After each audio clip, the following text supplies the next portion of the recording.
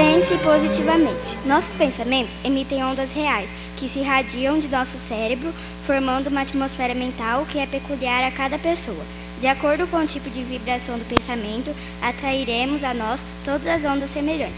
Se você pensar negativamente, atrairá todos os pensamentos negativos, piorando seu estado. Pense positivamente, para atrair apenas pensamentos positivos de paz e prosperidade.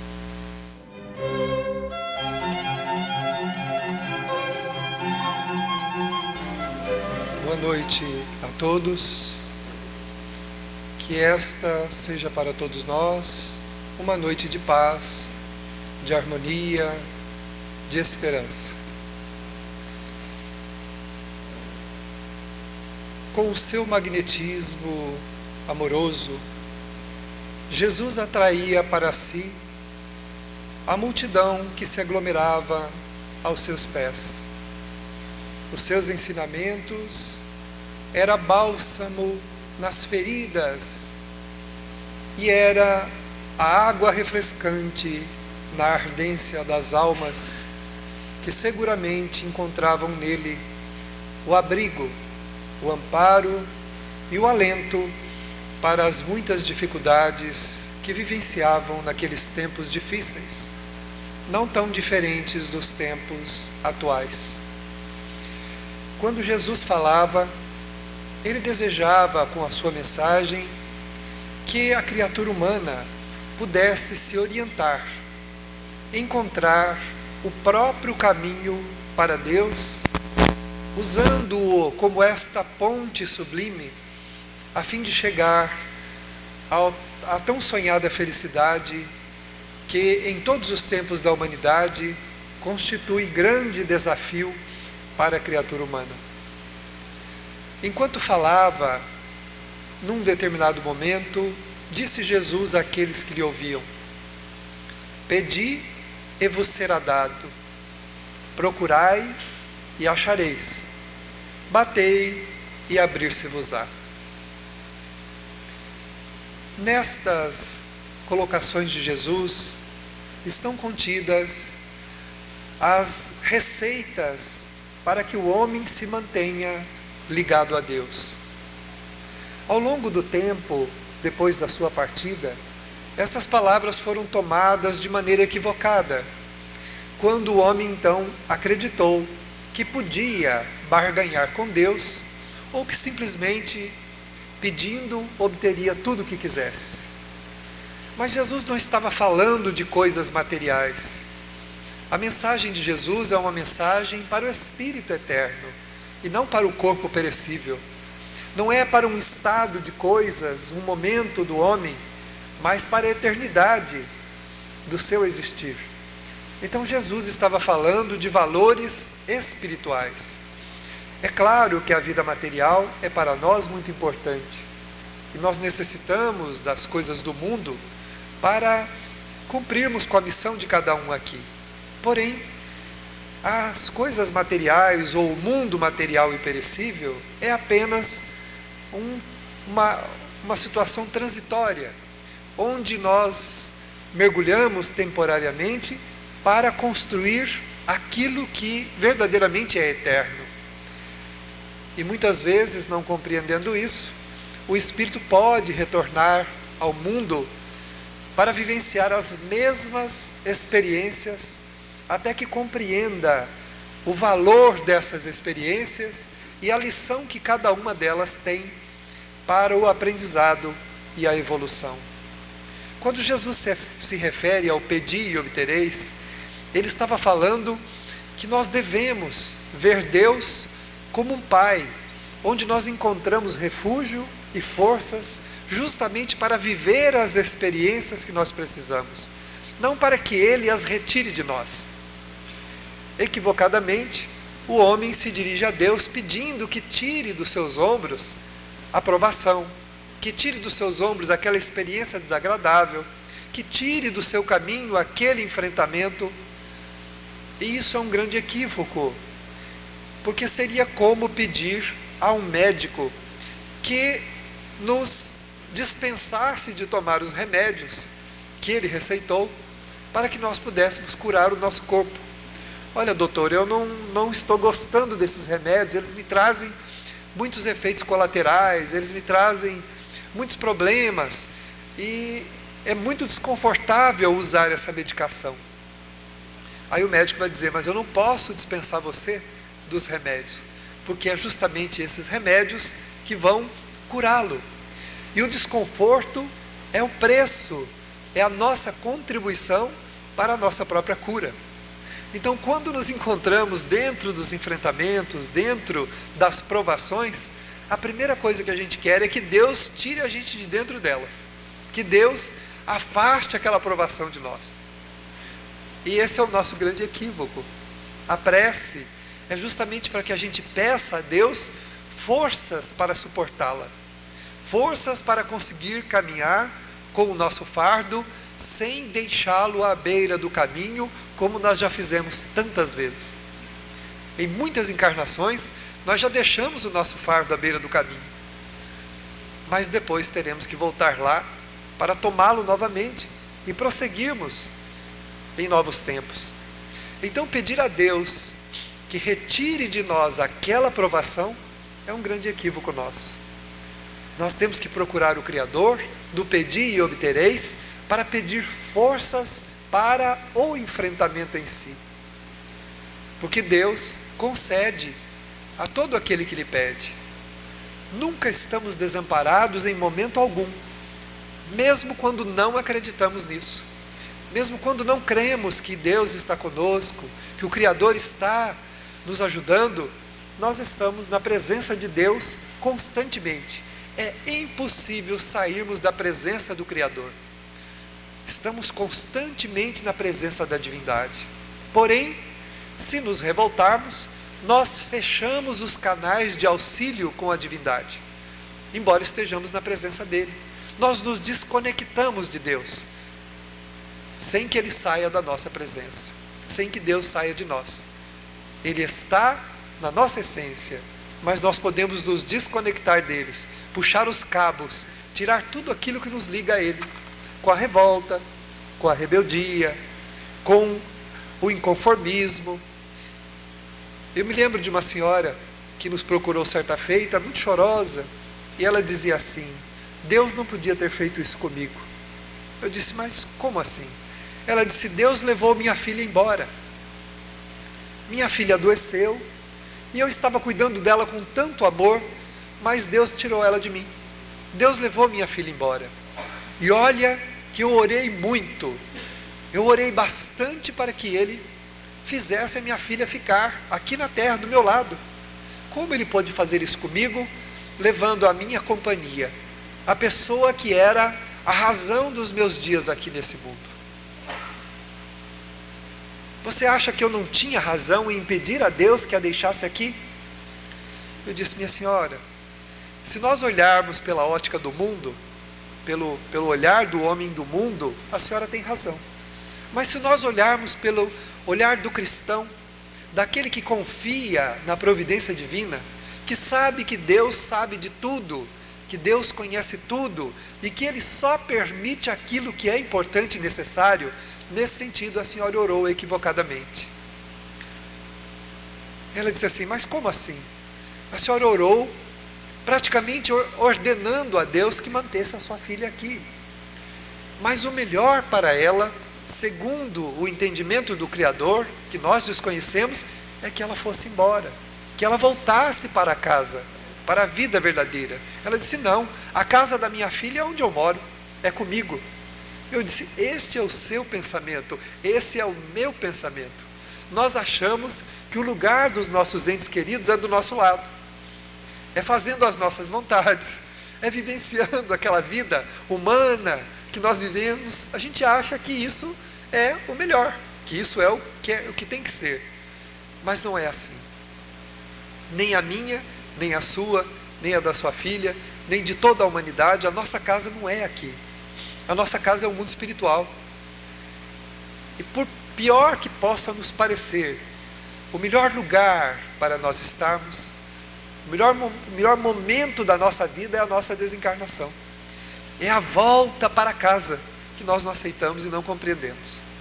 Portanto, tanto a senhora orou equivocadamente, que nesse momento a senhora encontra-se tão aflita, tão amargurada, tão revoltada, sofrendo uma grande opressão no coração. Isso mostra que a sua prece não foi correta. E como nós devemos orar então, disse ela, diante de uma pessoa muito querida que está do nosso lado, adoentada, prestes a partir para a vida espiritual com essa possibilidade. Primeira coisa, confiar em Deus. O tratamento médico está sendo feito, os cuidados que a senhora pode dispensar a ela, a senhora está dispensando, tudo que está no seu alcance fazer por ela, a medicina e a senhora está fazendo. Agora o restante não é conosco. Neste momento cabe-nos confiar a nossa vida e a vida de quem amamos a Deus, e pedir a Ele forças para suportar aquela provação, e Ele nos dará. Recordo-me de uma pessoa, de um senhor de 87 anos e a sua senhorinha de 85, que nós visitávamos no Samaritano, na visita do Samaritano. Toda vez que íamos lá, eles estavam muito juntinhos e ela estava doentada, e nós visitávamos ele e ela para fazer o passe nela. E sempre que nós conversávamos com ele, quando o grupo ia se retirar, a gente ia lá para a frente da casa, ele ia junto, ele dizia assim: eu sei que a qualquer momento ela vai partir, pode ser até que eu vá primeiro, mas ela está muito adoentada. A visita de você está trazendo para nós um conforto muito grande. E olha, um dia eu estava aqui achando que eu não ia mais conseguir ter forças para orar pela minha velhinha, pela companheira de mais de 60 anos de vida juntos. Eu achei que eu não ia mais ter forças, então fui lá no oratório, como é a minha crença, a minha fé, ajoelhei-me e pedi a Deus que me auxiliasse com alguma coisa que pudesse me dar forças para aguentar firme do lado dela até o momento que ela tivesse que ficar aqui. Quando uma vizinha um dia, vindo visitar a minha senhora, disse-me do grupo de vocês que fazia visita nos lares, e eu pedi então que vocês viessem aqui, e vocês vieram. Olha, vocês não têm ideia do quanto renovou as minhas forças a visita que vocês fazem aqui. E eu fiquei muito mais confiante, muito mais determinado, e agora eu sei que a qualquer momento, quando a minha companheira for embora, eu vou sofrer, vou ficar com o coração dorido, mas estarei em paz. E assim aconteceu. 4 meses depois dessa visita, a senhorinha dele partiu para a vida espiritual. E nós fomos lá fazer o evangelho de encerramento da visita no lar que nós fazemos. Nós visitamos, a pessoa parte, depois lá nós vamos lá fazer o evangelho de encerramento da visita. E qual foi a nossa surpresa? Quando nós chegamos, ele já estava com a mesa arrumadinha, os copinhos de água, tudo pronto, o evangelho segundo o Espiritismo sobre a mesa. E quando nós fizemos a prece, ele chorou copiosamente. Ao terminar a nossa prece, ele disse assim: eu só tenho a agradecer a Deus, porque o conforto que está tomando conta da minha alma é uma coisa que eu não posso compreender. Só a mão de Deus pode dar a alguém forças para se separar de um coração com quem viveu 60 anos, com profundo amor, carinho e dedicação. Foi impossível que nós também não chorássemos com ele, mas não lágrimas de tristeza ou lágrimas de revolta, lágrimas de emoção diante daquela fé, daquela força, daquela criatura com 88 anos de idade, deixando partir pelas vias da desencarnação a sua companheira, sem revolta, sem mágoas, sem ressentimentos, mas fortalecido na prece que ele sempre adotou, confiante em Deus, no pedi e obtereis, ele pedia com confiança e obtinha as forças, e elas foram somadas às visitas que nós fazíamos a ele também, nas tardes de sábado, levando-o a um estado de alma que agora ele podia suportar aquele momento de dificuldade da partida da sua querida esposa, da sua companheira de tantos anos de vivência na terra. Esse é o pedi e obtereis que falou Jesus. Não aquele pedir e obtereis nosso, que é de que Deus tem que fazer a nossa vontade, né? Senhor, eu estou aqui com um problema, o Senhor dá para resolver ele para mim? Né? Olha, Senhor, eu estou aqui convivendo com uma pessoa difícil, dá para tirar essa pessoa da minha vida, pelo amor de Deus? Numa redundância, né? Pedindo a Deus, falando pelo amor de Deus, mas é mais ou menos isso que a gente faz.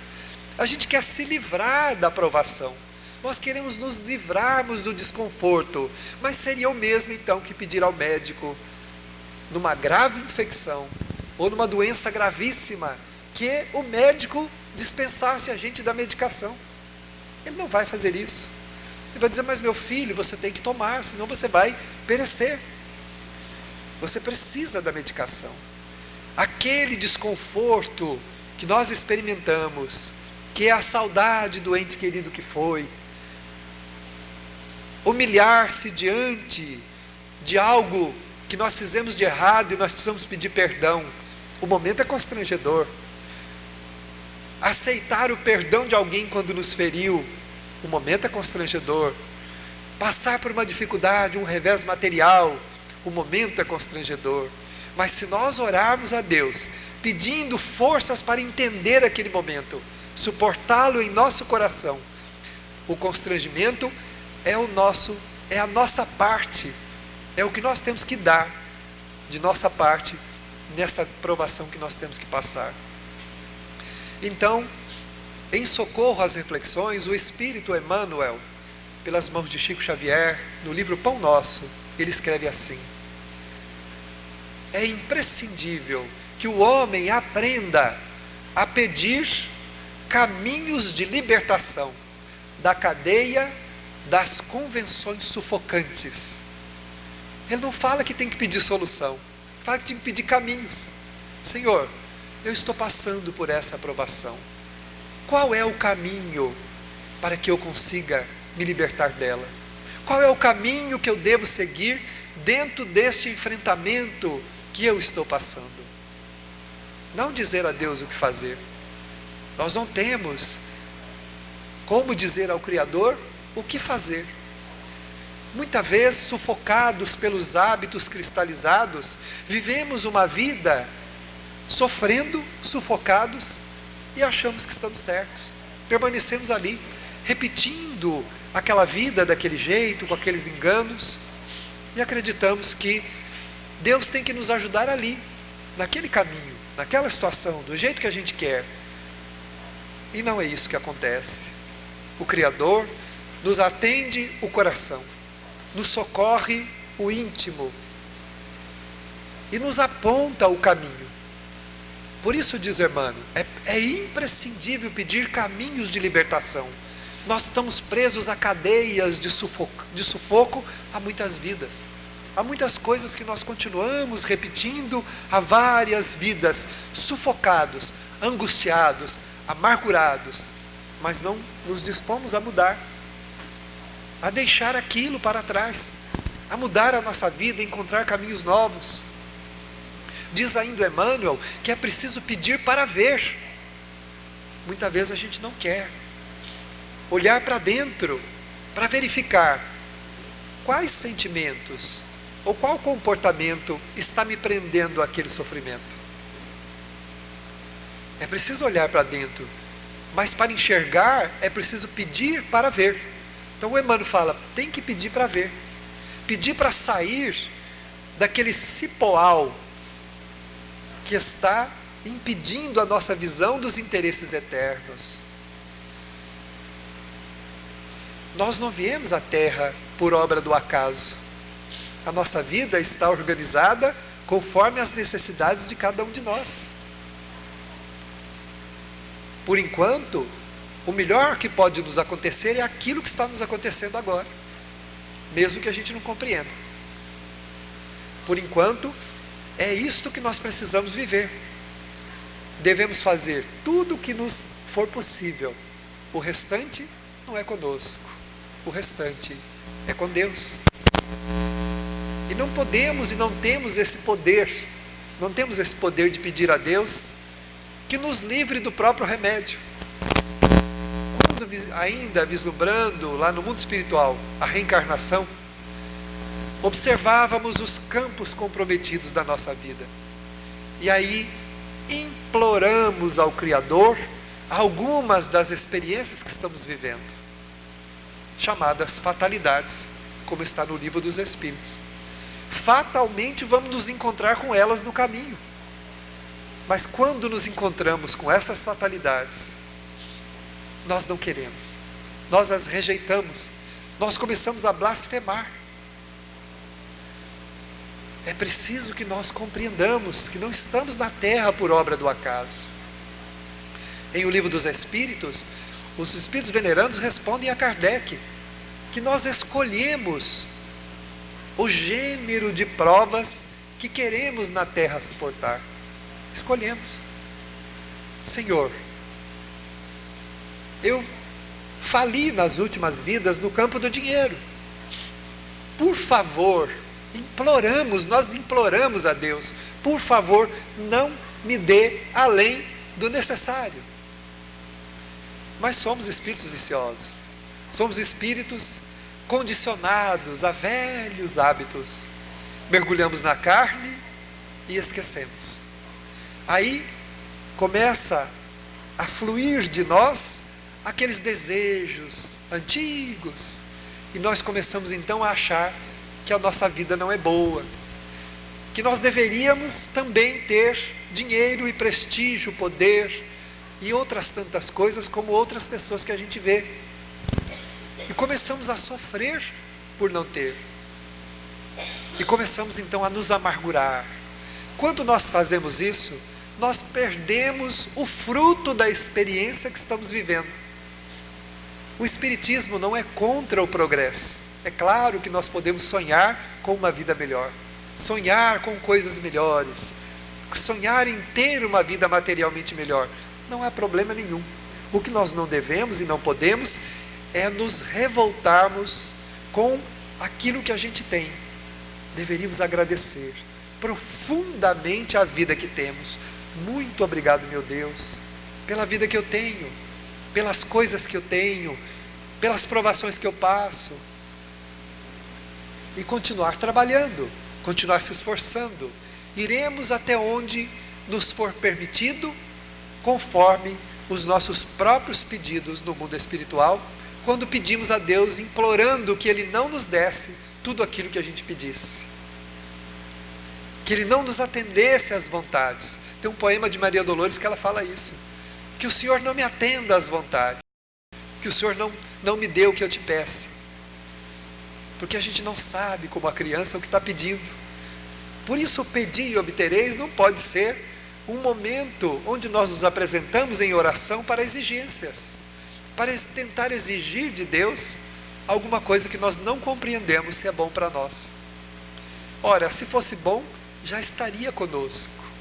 Ai, como eu gostaria de ter aquela saúde que eu sonho ter, porque aí eu ia fazer isso, ia fazer aquilo, mas já teve essa saúde, e não uma vez, por muitas e muitas vezes seguidas, e não utilizou bem.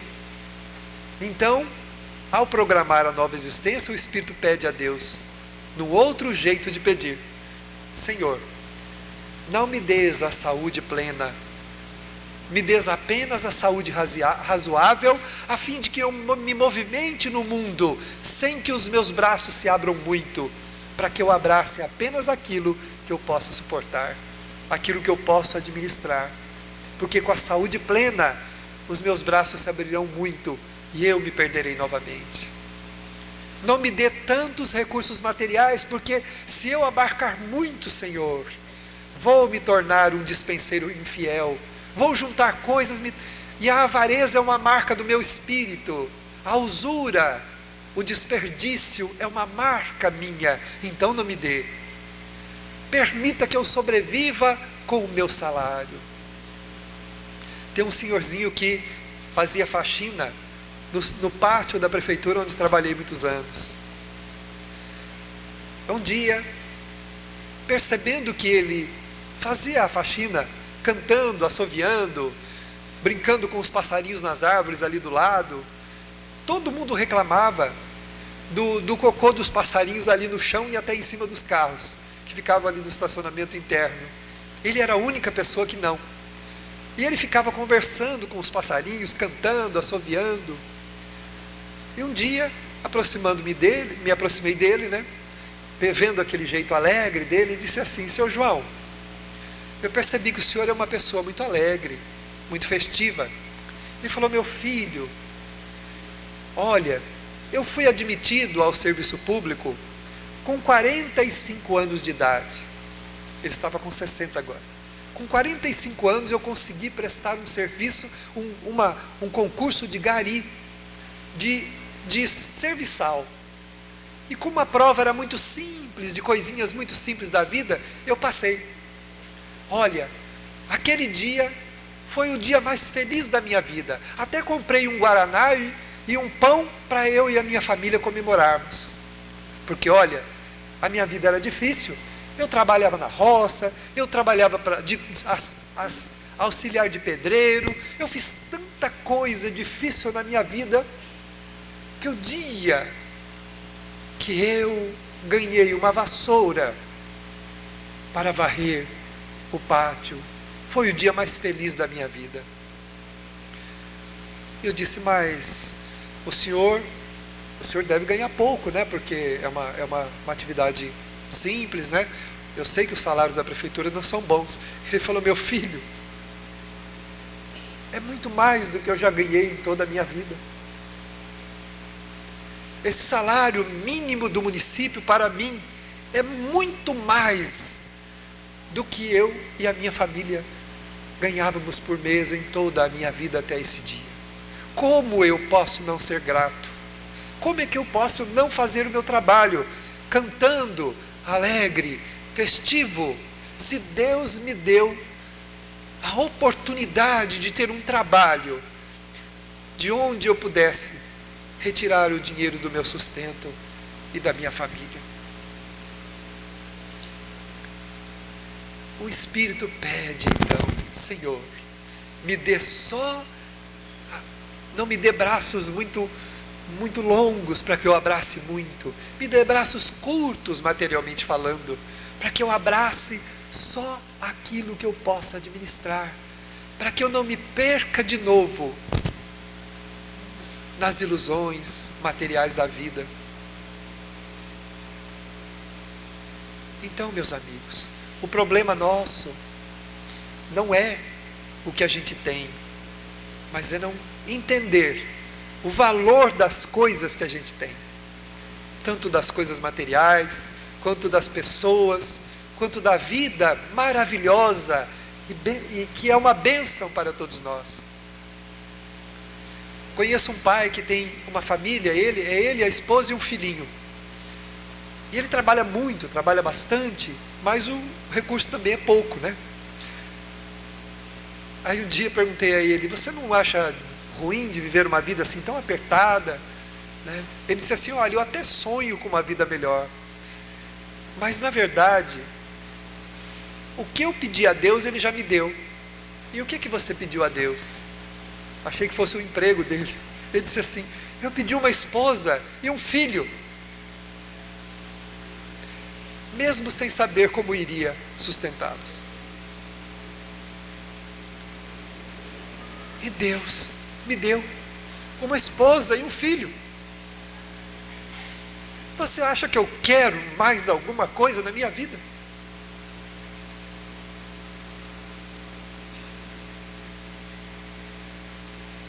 Eu fiquei pensando, olhando. Falei: meu Deus, como nós somos exigentes, né? Como nós não sabemos nada. E tem espíritos que, sem saber também, pressentem sentem que só precisam daquilo, mais nada. E ao amar a experiência que o Criador lhe colocou nas mãos como existência, o resto vem por acréscimo. Busca o reino de Deus, a sua justiça, e o resto te será dado por acréscimo. Quando nós compreendemos a vida que precisamos ter, e em vez de pedir a Deus que nos tire da dificuldade, levando-nos para as facilidades, quando compreendemos a vida que precisamos ter, o resto vem por acréscimo. O Criador nos dá alguma coisa a mais se for necessário, e nunca nada nos faltará. Deus só não consegue atender a nossa ambição, isso Ele não consegue, mas atender o necessário, com certeza Ele fará. Uma senhorinha que frequentava a nossa casa, fazia sopa conosco. Em 1999, quando fundamos a casa, ela passou a frequentar a sopa. Vinha buscar sopa para ela, para o seu marido, porque os filhos já haviam saído de casa muito novos. Um dia fomos fazer uma visita ao lar dela para levar lá uma cesta básica. Percebemos que ela era uma lavadeira de roupas, que lavava muitas roupas. Um dia, mais ou menos em 2005, ela chegou e disse assim: eu gostaria de ajudar na sopa. E a nossa sopa é feita no meio da semana, numa quinta-feira. Eu disse: pois não, se a senhora quiser, a senhora pode entrar na equipe da sopa. E aí ela passou a ajudar na sopa. Um dia fomos fazer uma visita novamente à casa dela, num dia de sopa, um pouco antes do horário dela vir para a atividade. Quando chegamos lá, entramos na casa dela, ela estava pronta para ir para a sopa, e havia várias cadeiras cheias de roupas para lavar, que ela havia colocado dentro da casa. Eu disse: mas dona Júlia, a senhora vai ajudar na sopa, a senhora tem muitas roupas para lavar. Ela disse: meu filho, não se preocupe. Fomos para casa, ela participou, à tarde fomos levá-la em casa. E eu perguntei a ela: dona Júlia, como é que a senhora vai atender agora? São 17 horas. Ela disse assim: a noite é uma criança, e Deus colocou a lua para iluminar e tornar tudo muito claro para nós. Fique tranquilo. Aí a vizinha disse assim: ela fica lavando nas quintas-feiras até às 8, 9, 10 horas da noite a roupa que ela não lavou durante o dia, para ir à casa espírita fazer a sopa. No outro dia ela entrega essas roupas e recebe lá o dinheirinho dela. E eu disse a ela: mas a senhora se sacrifica muito com isso. Ela disse assim: meu filho, eu comecei a ser atendida pela sopa, e percebi que eu não podia apenas ir buscar a sopa, eu também precisava dar uma contribuição. Mas como eu não tenho dinheiro, eu não sei falar, eu não tenho nada meu que eu possa dar para ninguém, então resolvi oferecer as minhas mãos para auxiliar na sopa. Em 2012, a dona Júlia partiu pela desencarnação. 2015, estávamos na atividade. Abro um parêntese aqui. Tenho viajado por vários lugares, conversando sobre a doutrina espírita, e tenho conhecido várias pessoas, e algumas delas percebo que partiram para a vida espiritual. Mas, meus irmãos, poucas vezes tenho visto antigos trabalhadores retornarem à casa espírita para servir nas hostes que serviram a vida toda. Certamente porque não serviram com o coração. Então, em 2013, estávamos lá fazendo o evangelho da sopa, quando ouvi um barulho na cozinha da casa. Uma movimentação, umas conversas, continuei com o evangelho. Terminamos, chegou a hora de servir as pessoas. Estava todo mundo lá, e depois de servir os pratos, Uma senhora passava servindo suco. Quando a senhora saiu da cozinha com o baldinho de suco, saiu atrás a dona Júlia com outro balde, um balde lá do mundo espiritual, com algo dentro que eu não sei o que era. Mas quando a nossa tarefeira colocava o suco no copo, ela também colocava alguma coisa no copo das pessoas, e muito alegre, muito festiva, cantante. E antes mesmo que eu fizesse qualquer pergunta, Maria Dolores nos acudiu e nos informou ali naquele momento, junto daquelas pessoas que estavam ali. Ela disse: meu filho, primeiro, essa mulher serviu a atividade da sopa desde o dia que ela integrou a sopa, com todo o amor e todo o carinho do seu coração, de maneira a que ela ficou ligada à atividade pelo sentimento, e não pelo dever ou pela obrigação. Depois, ela disse que é preciso que nós nos confiemos a Deus. Dona Júlia nunca reclamou da vida que tinha, e ao contrário, nas suas orações, não pedia por si, pedia pelas pessoas carentes, pelos necessitados, pelos doentes, pelos aflitos. Foi sempre uma pessoa que em oração se confiou a Deus, pedindo apenas forças para suportar a sua caminhada. Por isso o Emmanuel diz, a gente tem que pedir para sair do cipoal, daquele cipó onde a gente está entrelaçado e não está enxergando os valores eternos, porque não aceitamos a vida que temos. E aí oramos de maneira errada, oramos a Deus pedindo coisas que não têm cabimento, coisas que não estão dentro dos interesses da nossa encarnação, dentro dos interesses da atual experiência que nós estamos vivendo na Terra. Para isso teríamos que contrariar a programação reencarnatória. E o Criador não faz isso, porque se Ele nos concedeu aquela experiência, é porque ela era a melhor para nós. Precisamos aprender a aceitar. Então, o Emmanuel diz mais uma frase, muito bonita, onde ele diz, é preciso buscar, mas a procura se dá com desafios de escolhas seletivas. Não basta buscar qualquer coisa, precisamos aceitar o desafio de selecionar o que estamos buscando. Nós temos que tomar cuidado quando vamos buscar solução para os nossos problemas, ou para melhorarmos a nossa vida. Temos que tomar cuidado com aqueles pacotes muito bem embrulhados que nos são oferecidos, com um papel brilhante. Aquelas oportunidades que aparecem embrulhadas em papel brilhante, sedutoras, fáceis, desafiadoras. Temos que tomar muito cuidado, porque é um cesto que contém dentro, no fundo dele, um réptil, uma cobra. O cesto é muito bonito, mas quando a gente enfia a mão, tem uma cobra lá dentro. O Emmanuel diz uma coisa, a veneranda Joana de Ângeles, a mentora de Divaldo Franco, ela diz uma frase linda, ela diz assim, nós não podemos utilizar o momento ruim para nos tornarmos pessoas ruins. Que o momento da aprovação e da dor é o momento também de melhorar.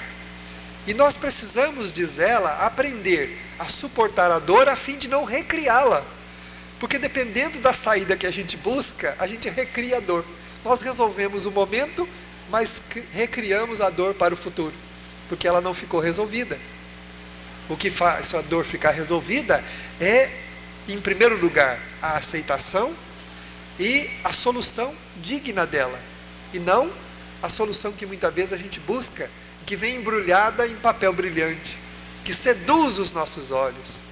Olha, você está aí passando por dificuldade, mas eu tenho um servicinho aqui para você, que se você fizer para mim, vai te dar muito dinheiro. Aí a gente olha para a vida difícil, para os apertos, para as contas, fala, meu Deus, eu vou aceitar, só essa vez. E depois mais outra, e mais outra, e mais outra, e a gente se perde. É a cobra que nos picou.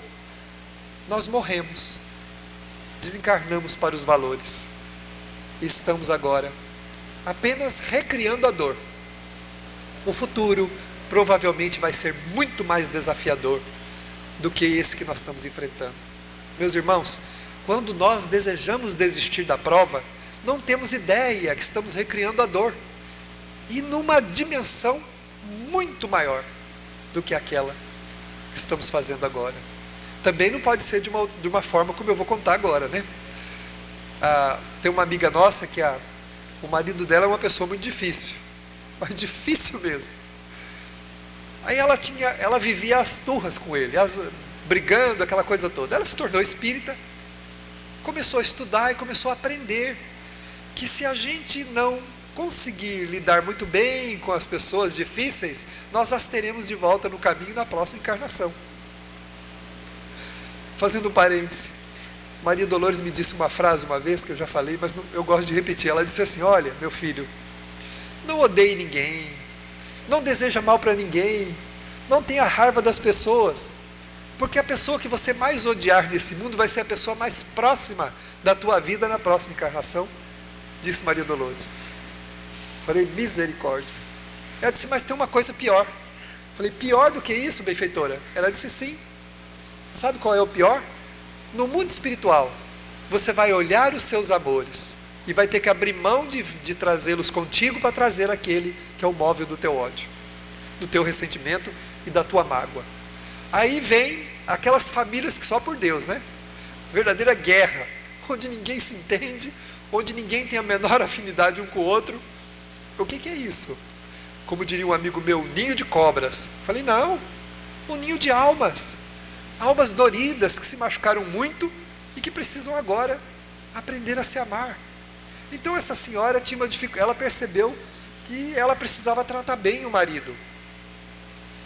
Aí, tá bom, tá. Um dia alguém lá no grupo perguntou para ela, mas Dona Maria, mas a senhora está tratando muito bem o seu João agora, né? Nossa, tá assim, né? Eu percebo que ele é mal educado, ele tem uma pessoa difícil e tal. Eu estou tratando porque na outra encarnação eu não quero nem saber dele.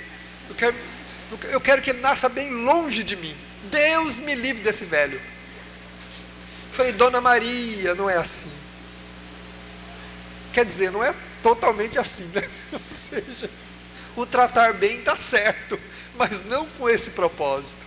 A senhora precisa compreender ele, vê-lo como um doente, que a senhora precisa auxiliar. Alguém que não tem educação, um espírito atrasado, ainda muito rude, a quem a senhora se ligou e agora precisou vivenciar uma experiência com ele. Imagina se a gente fosse dar uma olhadinha no passado, puxar a cortina do tempo, dar uma olhada para trás. A gente ficaria surpreendido. Ia querer sair beijando, abraçando as pessoas difíceis da nossa vida, agradecendo a oportunidade delas estarem conosco. É esse o entendimento. Mas é difícil. É difícil. Mas aí o que a gente pode fazer? O que Jesus disse? Pedi e obtereis. Nós pedimos a Deus forças, ajuda, e Ele ajuda. Senhor, eu não quero largar essa criatura, mas o Senhor pode me ajudar a conviver com ele? Eu preciso, me ajude a vê-lo com bons olhos, a vê-lo com um olhar melhor, a enxergar as virtudes dele. Pronto. Daí um tempo, se nós formos metódicos na oração, se nós formos persistentes, o nosso olhar começa a mudar, o nosso coração começa a amolecer, e a gente começa a perceber que não é tão importante assim a opinião daquela pessoa, não é tão importante assim os desaforos que ela faz, não é tão importante assim as palavras duras que ela fala, que para a gente não tem importância, e a gente vai percebendo que vale a pena, e aí a gente consegue transpor a barreira da prova, e entramos então na zona de conforto da esperança de futuros melhores, e aí a gente consegue caminhar com o coração esperançoso, cheio de alegria, cheio de amor. Então, nós não podemos aproveitar o momento ruim para nos tornarmos pessoas ruins,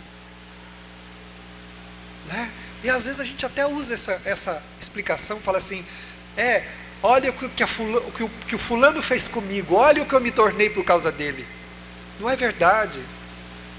Não é verdade que a gente se tornou isso por causa dele ou dela. Nós tínhamos já na alma as sementes da maldade que estamos manifestando. A pessoa só propiciou isso. Não nasce no terreno da nossa alma o que a gente não plantou.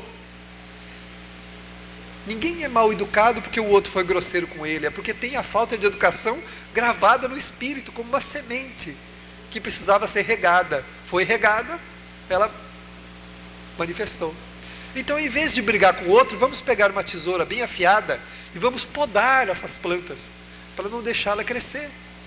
Vem o ímpeto, a gente pede a Deus, Senhor, que eu me controle, que eu tenha paciência, que eu tenha luz nos meus olhos para ver como eu devo enxergar. Não me deixe fazer, não me deixe agir da maneira como eu não devo. Isso Deus atende. É esse pedido que Deus atende. Porque esse pedido está afeto ao Espírito Eterno e não ao momento, na prova simplesmente.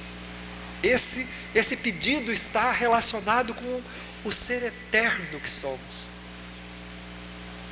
Não aquele momento que a gente pede para se desfazer daquele desconforto que nós passamos. Muitas vezes só perceberemos as bênçãos da nossa vida quando tivermos consumido as bênçãos do corpo. Muitas vezes a gente fala assim, Deus não me ajuda, mas mantemos vícios físicos, vícios morais, vícios comportamentais, e aí queremos que a nossa oração seja atendida.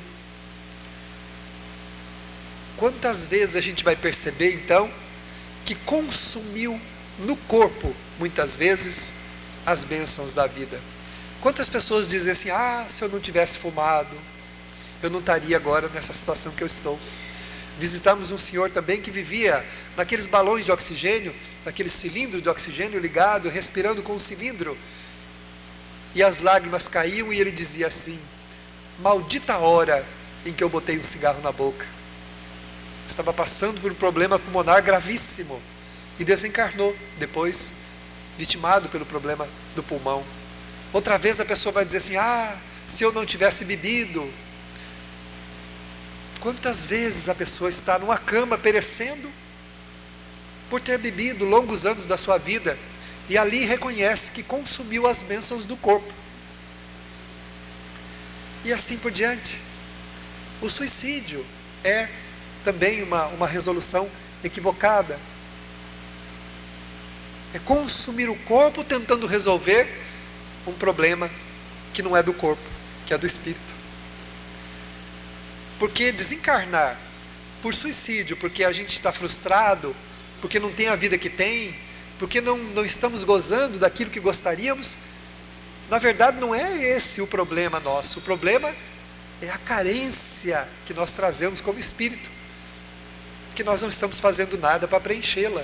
Somente o bem pode preencher as carências da nossa alma, livrando-nos da autodestruição. Sem praticar o bem, não tem salvação para nós. Allan Kardec disse isso no Evangelho segundo o Espiritismo. Fora da caridade, não tem salvação. Sem praticar o bem, sem tentar ser bom, não tem salvação para nós. É derrocada mesmo. Então nós não temos como justificar o suicídio, embora compreendamos as razões, mas não tem como justificar. O próprio Espírito não consegue do outro lado justificar.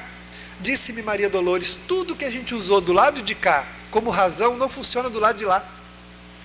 Aqui a gente tem um monte de razões. Chega no mundo espiritual, não funciona. Essas razões não valem. Essas razões não têm razão de ser. E nós compreendemos o grande equívoco.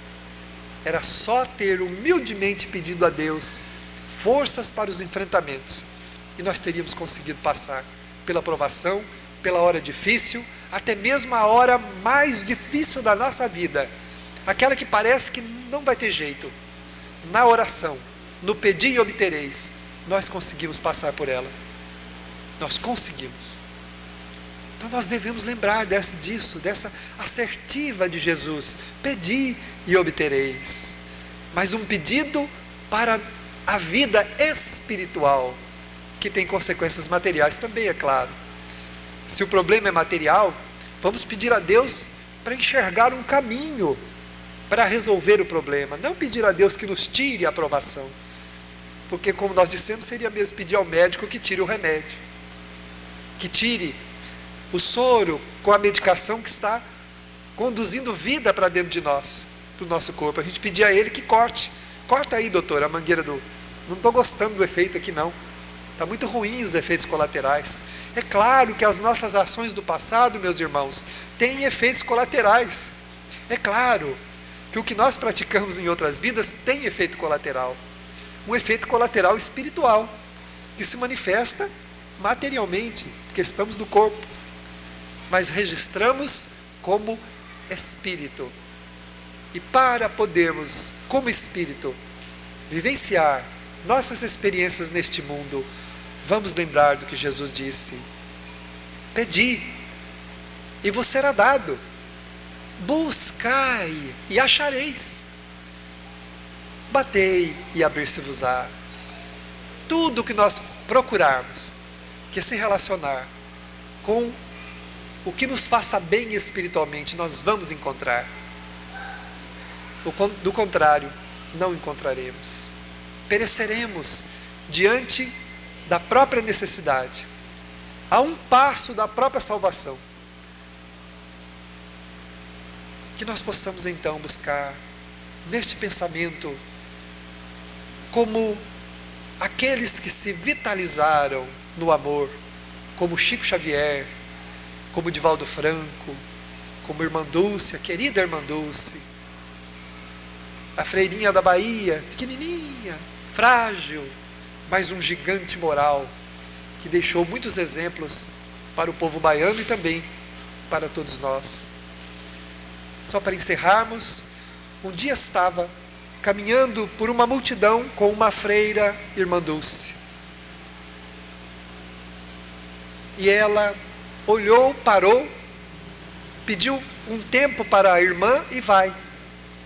Se perde no meio do povo, e a freira vai atrás dela. Quando percebe que ela está abaixada, auxiliando um homem que estava encostado num muro, ela estava segurando as mãos do homem e olhando firmemente nos olhos dele. E o homem sorri e chora. Ela enfia a mão nas vestes, tira alguma coisa, põe discretamente na mão dele, dá-lhe um beijo na fronte, levanta-se e sai. Caminharam por alguns passos em silêncio, quando a freira pergunta: irmã, como é que a senhora ouviu o lamento daquele homem? Ou como é que a senhora enxergou ele na multidão? Ela disse: minha filha, eu aprendi uma lição no Evangelho de Nosso Senhor Jesus Cristo, que é o seguinte: pedi e obtereis. Quando eu fui fazer os meus votos de religiosa, eu ajoelhei-me diante da imagem do Santíssimo lá na igreja e falei para ele: Senhor, eu aceito te servir, mas com uma condição: que eu enxergue pelos teus olhos, que eu escute com os teus ouvidos, que eu fale com a tua boca, que eu ande com os teus pés. E desde que eu me ordenei, assim tem sido. Minha filha, Jesus viu aquele homem e eu vi também, porque os meus olhos enxergam o que Jesus enxerga. Eu ouvi o seu lamento, porque o que Jesus escuta, eu também escuto. Me dirigi para ele, porque é para onde os pés de Jesus se dirigiria. E a freira ficou então pensativa, imaginando quão bela era aquela alma, naquele corpo tão pequeno, tão frágil, mas que tinha a capacidade de resignar-se a tal ponto de confiar em Deus, com tamanho amor, e pedir a Deus, pedir a Jesus também, para ser tão submissa à sua vontade como ela era. Meus irmãos, não somos tão submissos assim a Jesus como estes espíritos são. É preciso que o nosso coração dobre-se diante da presença do Divino Amigo, e dobrar-se à presença dele é dobrar-se à presença dos sofredores. Se permanecemos de pé, não enxergamos os caídos. Se falamos demais, não ouvimos os lamentos, o choro dos necessitados. Se andamos por qualquer direção, não andaremos na direção de quem Ele deseja que encontremos. Assim que o nosso coração tenha paz e que os nossos lábios pronunciem um pedido que é uma reverência ao Criador. Meu Deus, que seja feita sempre em minha vida como a tua vontade. Que assim seja.